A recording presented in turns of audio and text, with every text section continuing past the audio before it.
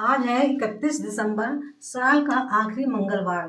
तो साल के आखिरी मंगलवार में बहुत ही ज़्यादा हम ऐसे जो है उपाय कर सकते हैं, क्योंकि मंगलवार का दिन अपने आप में भी बहुत ज़्यादा महत्व रखता है। मंगलवार में अगर हम हनुमान जी के, भगवान भोलेनाथ के निमित्त कुछ कार्य कर लेंगे और कुछ उपाय कर लेंगे, इससे हमारे घर में जो आने वाला नववर्ष है, आने वाला साल है, हमारे घर में खुशहाली रहेगी, सुख सौभाग्य रहेगा, समृद्धि हमारे घर में वास करेगी और धन धान्य की कमी नहीं होगी। साथ ही हमारी जो समस्या है, हमारे जो है वो सब समस्याओं का हमारा समाधान हो जाएगा और हमारे संकट नष्ट होंगे। तो हमें आज के दिन कुछ अचूक उपाय कर लेने हैं, जो कि हमें पहले भी गुरु जी ने कई बार अपनी कथा में बताए हैं।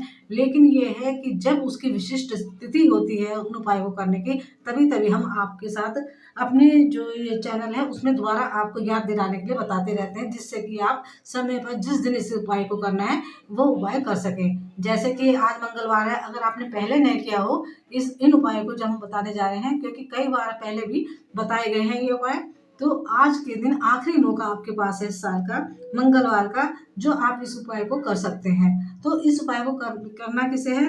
उन लोगों को करना है जिसे घर में सुख सौभाग्य समृद्धि चाहिए। तो देखिए, सुख सौभाग्य समृद्धि तो हर व्यक्ति को ही चाहिए, तो इस उपाय को सभी लोग कर लेंगे, तो इसमें कोई नुकसान ही नहीं है, बल्कि सबका फायदा ही है।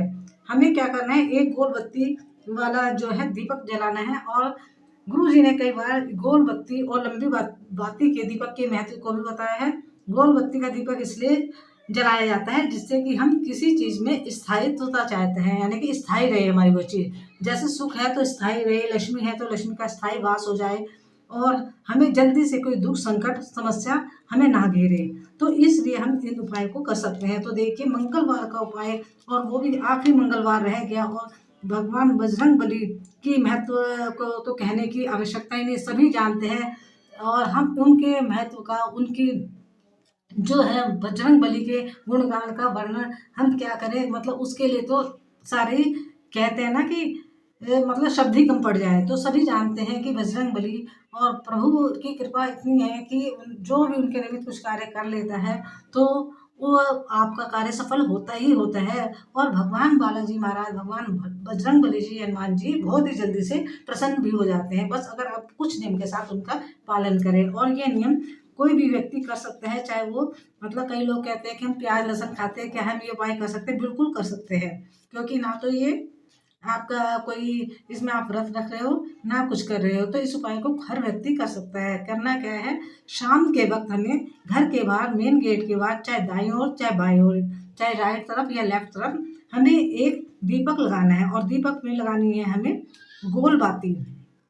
और उस जब हम दीपक को लगाएंगे तो उसके नीचे थोड़े से चावल के दाने बिछा लेंगे। तो दीपक हमें ऐसे नहीं लगाना है धरती पर, ऐसे नहीं मतलब रखना चाहिए। उसके नीचे चावल के दाने रख लेने चाहिए। चावल के दाने भी रख सकते हैं, तिल, काले तिल भी रख सकते हैं। और साथ में अगर ये दोनों भी ना हो तो प्लेट पर ही दीपक को रखें, लेकिन जमीन पर मत रखें। और 2 लौंग लेनी है।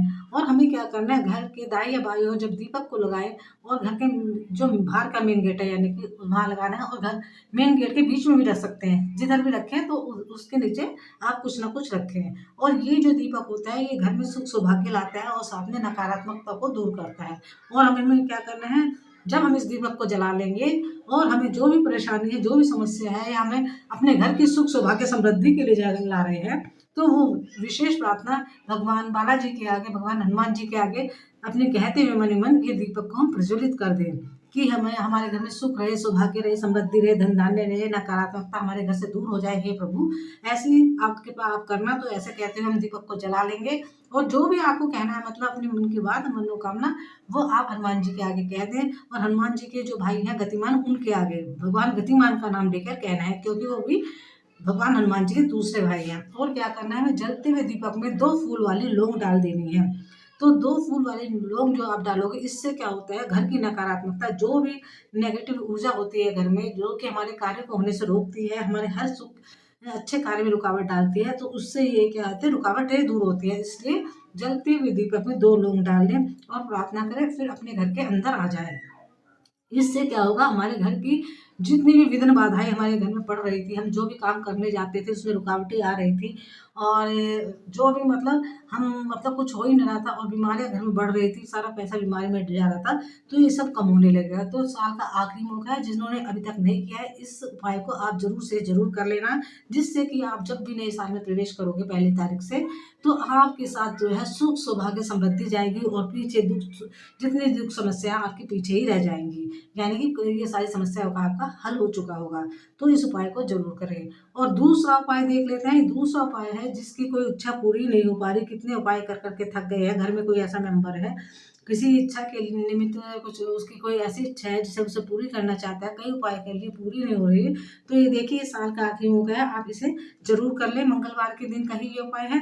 हमें क्या करना है, हमें ले लेनी है एक काली मिर्च और एक ले लेना है हमें चावल का दाना। और चावल का दाना हम जब भी ले उपाय में तो ऐसा लेना चाहिए जो बिल्कुल साबुत हो, टूटा फूटा बिल्कुल ना हो, टूटा हुआ ना हो मतलब। और एक ले लेंगे हम तांबे का लोटा और उसमें भर लेंगे हम घर का शुद्ध जल भरकर उसमें थोड़े से 2-4 बूंद हमें गंगा जल की डाल देनी है। अगर हो तो ज़रूर डालें, अगर नहीं हो तो रहने दें। लेकिन यह है गंगा जल अगर आप डालेंगे तो वो पूरा ही जल आपका गंगा का जल बन जाता है, तो इसलिए ज़रूर डालें। और उसी लोटे के जल में एक काली मिर्च डालें और एक चावल का दाना डाल दें। अब हमें क्या करना है, हमें पहुंच जाना है शिवलिंग के पास, शिवालय में। और फिर हमें शिवलिंग के पीछे खड़े हो जाने हैं तांबे के लोटों के लेकर, यानी कि हमारा मुख जो होना चाहिए वो उत्तर की ओर होना चाहिए। और फिर शिवलिंग पर जहाँ गणपति जी का स्थान होता है वहाँ हमें भगवान गतिमान का स्मरण करते हुए और गणपति भगवान का स्मरण करते हुए थोड़ा सा जल पहले गणपति के स्थान पर चढ़ा देना है। फिर शिवलिंग पर ही जो कार्तिकेय का स्थान होता है वहाँ भगवान कार्तिकेय का स्मरण करते हुए और भगवान गतिमान का स्मरण करते हुए थोड़ा सा जल हम कार्तिकेय भगवान पर चढ़ा देंगे। और तीसरी जगह है माता अशोक सुंदरी की, और थोड़ा सा जल माता अशोक सुंदरी पर चढ़ाएंगे और माता अशोक सुंदरी को प्रणाम करेंगे। और चौथी जगह है माता पार्वती की कमल स्थल की, हस्त कमल की, शिवलिंग पर जो चारों ओर है, शिवलिंग के चारों ओर, वहाँ पर थोड़ा थोड़ा जल चढ़ा देंगे और बाकी बचा हुआ जल हम शिवलिंग के ऊपर चढ़ा देंगे। और क्या कहकर चढ़ाएंगे, कुंदकेश्वर महादेव का नाम लेकर और अपनी कामना कहते हुए हम जो है बाकी का जल उसमें चढ़ा देंगे। और थोड़ा सा जल जो अभी ये है जल बहकर नीचे आएगा तो थोड़ा सा जल हमें इससे रोक लेना है। और रोक कर थोड़ा सा जल हमें अपने जो है जिस भी बर्तन में हम लोटे में ले गए हैं उसमें से हम थोड़ा सा जल अपने घर में ले आएंगे और उसे अपने घर में लाकर सबसे पहले जैसे हम घर पहुंचेंगे तो घर के मेन गेट पर थोड़ी थोड़ी छींटे मेन गेट के दोनों ओर, मेन गेट के मतलब कुंदकेश्वर महादेव के नाम से हमें जो है छींट देनी है। और थोड़ी थोड़ी छींटे जो है हमें अपने पूरे घर में छींट देनी है। तो इस उपाय को आप जरूर। और तीसरा उपाय करना है हमें घर की सुख सौभाग्य समृद्धि के लिए, और घर में विशेषकर ये उपाय है धन प्राप्ति के लिए। तो देखिए धन तो सबको ही चाहिए, लक्ष्मी सबको ही प्यारी है, धन के बिना भी कुछ कार्य नहीं हो पाता। तो ये उपाय आप जरूर कर लें, हर व्यक्ति इस उपाय को कर सकता है, बड़ा छोटा घर में कोई भी हो तो इस उपाय को जरूर कर लें। इसके लिए हमें लेना है थोड़ा सा दूध हो या दही हो वो ले लें, और एक बेलपत्र ले लें, थोड़ा सा लाल चंदन ले लें और थोड़ा सा पीला चंदन ले लें, और एक ले लें हम बेल के पत्ते। तो हमें क्या करना है, सबसे पहले जो एक बेल का पत्ता है उसके बीच वाली जो पत्ती है उस पर हमें लाल चंदन का तिलक कर देना है, या पूरी पत्ती पर ही लाल चंदन लगा देना है। और बेल पत्र के दोनों पत्ती पर, साइड की दोनों पत्तियों पर हमें लगा देना है पीला चंदन।